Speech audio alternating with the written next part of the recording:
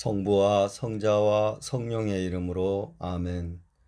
사랑하는 저희 하느님, 찬미와 영광과 감사를 드립니다. 저희가 지금 하느님을 체험한 이들의 체험담을 듣습니다. 저희를 하느님 현존으로 채워주시고 하느님의 사랑과 자비를 깨닫는 시간이 되게 해 주십시오. 우리 주 예수 그리스도의 이름으로 기도드립니다. 아멘.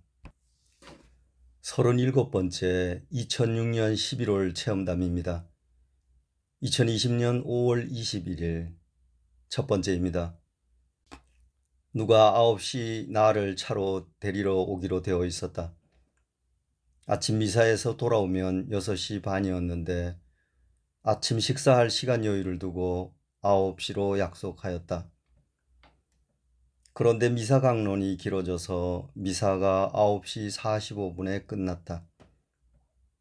성체를 모신 후 약 15분 동안은 예수님의 피와 살이 우리 몸속에 현존하시므로 최소 20분이 지난 후에야 음식을 드는데 9시에 데리러 오면 아침 식사를 할 시간이 없고 먼 길을 갈 것이라 공복으로 가면 몸이 지칠 것이기에 걱정을 하면서 집에 왔다. 영성체 후 20분이면 9시 5분이 될 것을 생각하고 걱정을 하였다. 9시가 지나도 올 사람이 오지 않아서 아마도 하느님께서 내가 아침을 먹고 가게끔 하시기 위해 나를 데리러 올 사람을 지체시키는 것 같았다. 이런 일이 종종 일어났기 때문에 9시 5분이 되어도 올 사람이 오지 않아서 아침 식사를 하고 설거지를 막 끝내며 손에 물을 수건에 닦았는데 문에 초인종 소리가 나서 내다보니 올 사람이 늦게 그제야 왔다.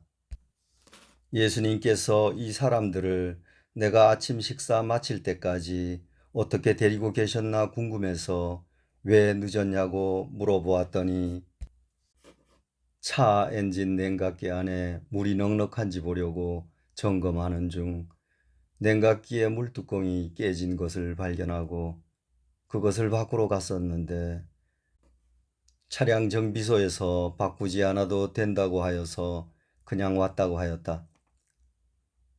오묘하신 하느님의 사랑을 또 체험했다. 이렇게 하느님을 따르려는 사람들을 갖가지 방법으로 보호하시고 돌보아 주시는 사랑을 다시 한번 체험했다. 하느님의 사랑은 세상 곳곳에서 길이길이 빛나소서. 두 번째입니다. 미국에서 배심원 의무에 응답하라는 호출장이 나왔다. 나는 배심원이 되는 것을 나의 양심이 허락하지 않기 때문에 이 호출 편지만 나오면 빠져나올 수 있는 이유를 찾아내는 것이 큰 고민이었다.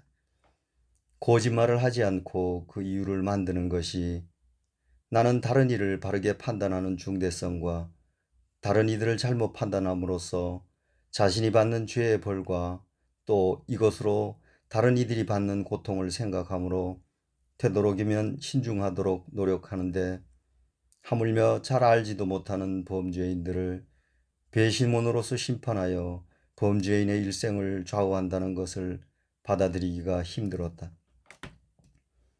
이런 말을 법정에서 이야기한들 통하지 않는다. 기도하고 호출된 날 법원으로 갔다. 첫날은 머리를 있는 대로 다 짜내며 변명거리를 찾느라고 거기에 많이 집착하였다. 그러다가 벼랑간 깨닫게 된 것은 그 집착이 매우 강해져서 죄를 범할 수 있는 한계까지 간 것을 깨닫고 깜짝 놀랐다. 아주 작은 집착도 집착력이 어찌나 강하였던지 영혼의 자유, 즉 하느님께서 이끄시는 대로 양심에 자유롭게 따라갈 수 있는 영혼의 자유가 이 집착력에 구속되어 있어 죄를 범할 수 있음을 깨닫고 놀래 정신을 차렸다. 그런 다음 하느님과 성모님께 그때부터 허락하시는 대로 따라가면서 자신의 욕과 뜻을 꺾는 수련을 하기로 결정하고 마음을 다시 정돈하였다. 예정대로 첫날 내가 제의한 이유로는 배심원 선정에서 빠져나오지 못하고 다음날 다시 법정에 출두하라고 하여서 갔다. 그 다음날 법정에 출두하여 호명을 기다리는 중 죄를 짓지 않고 배심원 선출에서 빠져나올 수 있는 이유가 머리에 떠올랐다. 그것은 영어가 부족하다고 하면 될 것 같았다. 이것은 사실이다. 보통 일상 영어는 할 수 있지만 법정 용어는 모르는 것들이 있고 이런 영어 실력으로 범죄인들을 심판하는 것은 옳지 않으니 이것은 죄가 아니라는 것을 깨닫게 되었다. 그래서 판사가 배심원에서 왜 제외되기를 원하느냐고 하기에 영어가 부족하다고 했다. 이제 배심원의 의무를 실행하라는 호출장이 또 나오더라도 이를 사용하면 죄짓지 않는 정당한 이유가 될 수 있다는 것을 알고 하느님께 참 감사드렸다. 하느님의 뜻대로 따라가려고 마음을 정하고 하루 고생한 결과 법정에서 15불이 나왔다.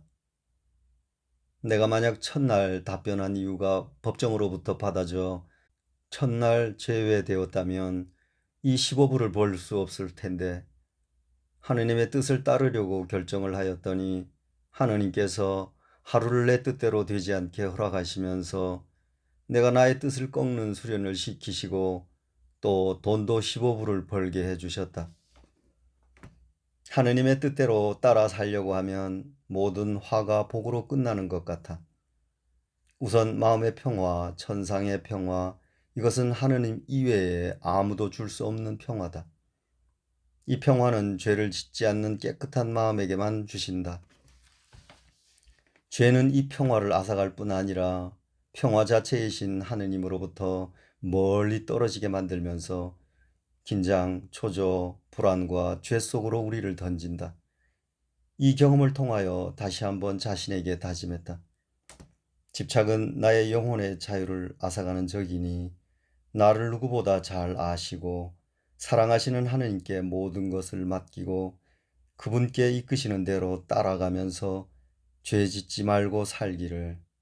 아멘. 42번째 2021년 11월 체험담입니다. 제목은 하느님께서는 찬미와 찬송을 받으소서. 2022년 2월 26일. 우주 만물을 창조하신 하느님께서는 찬미와 찬송 받으소서, 영원히 받으소서. 저를 영원한 생명의 길로 인도해 주심에 진심으로 감사드립니다. 하느님의 대전에 두 손 모으고 무릎을 꿇기까지 약 15년, 5,400일이 지나 회개의 길로 들어선 체험담이자 또한 저의 살아온 여정입니다. 2000년 초인가 강원도 어느 성당에 다니고 있을 때였습니다. 하루에 담배 3갑씩 피우는 꼴초 중에 꼴초였으며 사는 곳이 바닷가라 취미는 바다 스쿠버 다이빙이었습니다. 22~23살부터 피우기 시작한 담배는 세상의 무엇과도 바꿀 수 없는 기호식품이라 눈 뜨면 담배부터 찾았고 하루 잠자는 시간을 빼고는 5분에 한 대씩 빼어 물었었습니다. 그때는 몰랐지만 지나고 보니 담배 피우는 것이 우상 중에 우상이었습니다. 자신도 한심했던지 사흘이 멀다 하고 목이 쉬고 감기로 기침하고 목이 아파도 줄곧 피워대는 자신이 너무 미워서 끊기로 작정하였고 피웠다가 끊기를 2번 반복했습니다. 자신의 의지대로 끊어지니 얼마나 좋습니까? 자만심도 생기고 그까이 것 하면서 피우기 싫으면 또 끊으면 되겠지 하면서요. 어느 날 목이 너무 아파 3번째로 끊기로 작정하였으나 쉽지 않더라고요. 예전 같지 않았습니다. 너무 힘들어 하느님께 기도했습니다. 주님, 이제까지 끊은 힘은 제 힘이 아니었음을 고백합니다. 끊게 해주시면 다시는 안 피울게요. 어머니 도와주세요 하고 기도하였습니다. 그런데 신기하게도 기도한 지 4일 되는 날 딱 피우기 싫어져 그날 이후 지금껏 피우지 않았습니다. 나중에 깨달은 것이지만 하느님께 의탁해야 한다는 것을 알았습니다. 그리고 우상 중에 저에게는 평생 즐기며 분신과도 같은 스쿠버 다이빙. 이건 그만두기가 진짜 힘이 너무 들었습니다. 횟수로는 20년 정도 바다에 빠져 살았습니다. 너무 바다에 집착하여 꼭두 새벽부터 일어나 바다 날씨를 점검하고 그날 일과를 시작하였습니다. 다이빙을 못할까 봐서요. 일주일에 3, 4일은 바다에서 보냈으며 우리 동네 바닷속은 지도를 그려볼 정도로 많이 했습니다. 그러자니 집안일에도 별로 신경 쓸 시간이 없었으니 아내랑 매우 그것 때문에 말다툼하고 싸우고 실랑이를 벌이곤 했습니다. 집착도 그런 집착이 없었습니다. 어느새 돌아보니 20년이 흐른 것입니다. 아내에게 미안한 마음도 들고 애들한테도 너무 미안한 마음이 들었습니다.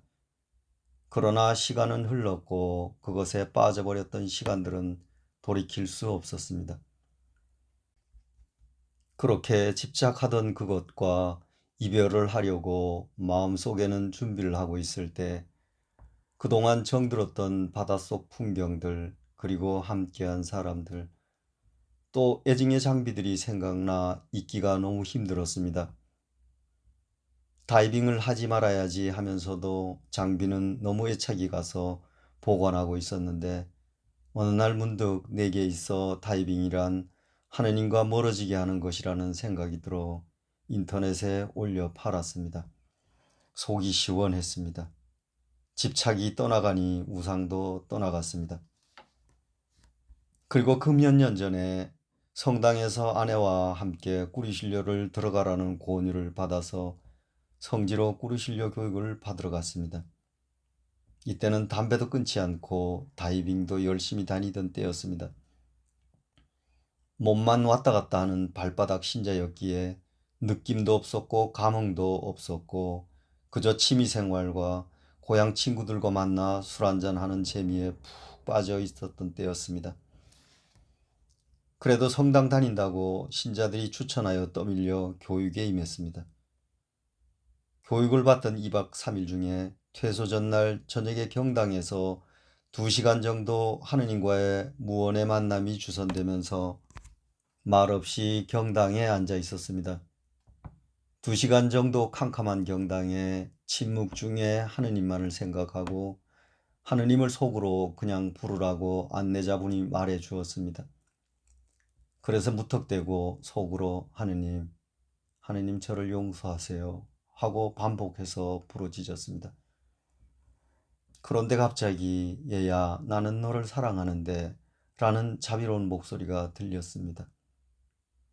누가 녹음한 것을 들었나 하고 주변을 살펴보아도 그 누구도 듣지 못하고 그냥 앉아 미동도 없는 침묵 속에 있었습니다. 그 순간 눈물이 쏟아졌지만 숫기가 없는 데다 대놓고 울기도 못하고 내내 앉아 훌쩍였습니다. 울다 생각하니 아니 하느님께서 나는 너를 사랑한다 하시지 않고 어찌 사랑하는데 라고 말씀하셨을까? 눈물을 그치고 정신을 차려보니 나는 너를 사랑하는데 너는 나를 왜 사랑하지 않느냐는 반문이셨습니다. 그냥 눈물이 계속 흘렀습니다. 꾸르실료를 마치고 나서 성지를 떠날 때는 제 자신이 성인이 될 것 같은 기쁨이 솟았습니다. 하느님을 사랑하는 방법도 모르는 채 이제는 하느님을 사랑해야지 다짐했습니다. 그러나 현실로 돌아와서 그 감동과 기쁨 그리고 이루어질 것 같은 하느님의 사랑은 일주일이 가지 못하고 다 무너져 예전 상태로 되돌아갔습니다. 그 상태로 무료한 신앙생활은 계속되어 그저 주일만 신자로 하느님 끝만 겨우 잡고 있었습니다. 회개하기 전까지 약 15년 동안 일어난 일들은 하고 있던 약품 대리점을 접었고 옷가게를 접었고 교통사고에 또 당뇨가 심해져서 몸은 망가질 때까지 망가져 있었습니다. 남은 건 친구 셋이 모여서 노후 대비책으로 회사를 하나 설립하자고 제가 제의를 하여 엔지니어링 회사를 차렸는데 그 회사마저 친구의 배신으로 다른 이에게 넘겨졌습니다. 마지막 희망이었던 그 회사마저 그렇게 되고 나니 그 친구가 얼마나 믿고 야속한지 있는 욕 없는 욕을 다 동원하여 미친 듯이 욕하고 저주하였습니다. 그래도 가족과 자식 학비는 벌고 가족 부양을 하고 먹고는 살아야 하니 달리 갈 데는 없고 친척 형님 호텔에 임시 몸을 담고 있었습니다. 고마운 형님입니다. 그런데 편치 않았고 언젠가는 희망도 없고 의욕도 없는 고향을 떠나야겠다는 생각을 했지만 마땅히 갈 곳도 없었던 차에 우연히 충북 제천에 취직 자리가 나서 제천으로 가게 되었습니다. 기왕 제천에 이사 갈 것이면 배론성지에 가서 살자고 아내와 결정하고 정착한 곳이 그 꾸르신료를 받았던 하느님의 목소리를 들었던 바로 그 배론성지에 정착하게 되었습니다. 맹자도 자식을 위해 공부할 수 있는 환경을 찾아 3번이나 이사를 했다는데 우리도 기왕 이사할 바에는 성지로 가는 것이 맞는 것 같았습니다. 하느님께서 인도하시려 해도 봉사요 귀머거리니 하느님께서는 얼마나 답답하셨겠습니까? 이 선택은 후회 없었습니다. 물론 하느님의 인내로운 사랑의 이끄심이겠지만요. 마지막 희망이었던 그 회사마저 다 허공으로 망치고 나니 용서할 수 없는 그 인간을 생각하면 자다가도 벌떡 일어나 욕하고 저주하고 용서가 안 되었습니다. 그래도 성지로 이사 왔으니 하느님께 매달려야 살 수 있다는 생각에 근 6년 반 정도를 살면서 봉수의 수도원 새벽 미사를 다녔는데 직장에 다니면서 거의 빠지지 않고 매일 새벽 미사를 드렸습니다. 미사의 은혜는 너무너무 큽니다.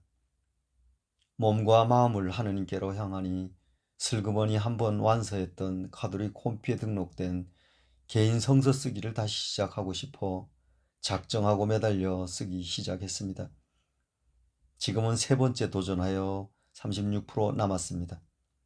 그리고 매일 직장으로 오고 할 때 출근과 퇴근 1시간 20분, 점심시간과 일하면서 틈틈이 어머니께 묵주 기도를 드렸습니다.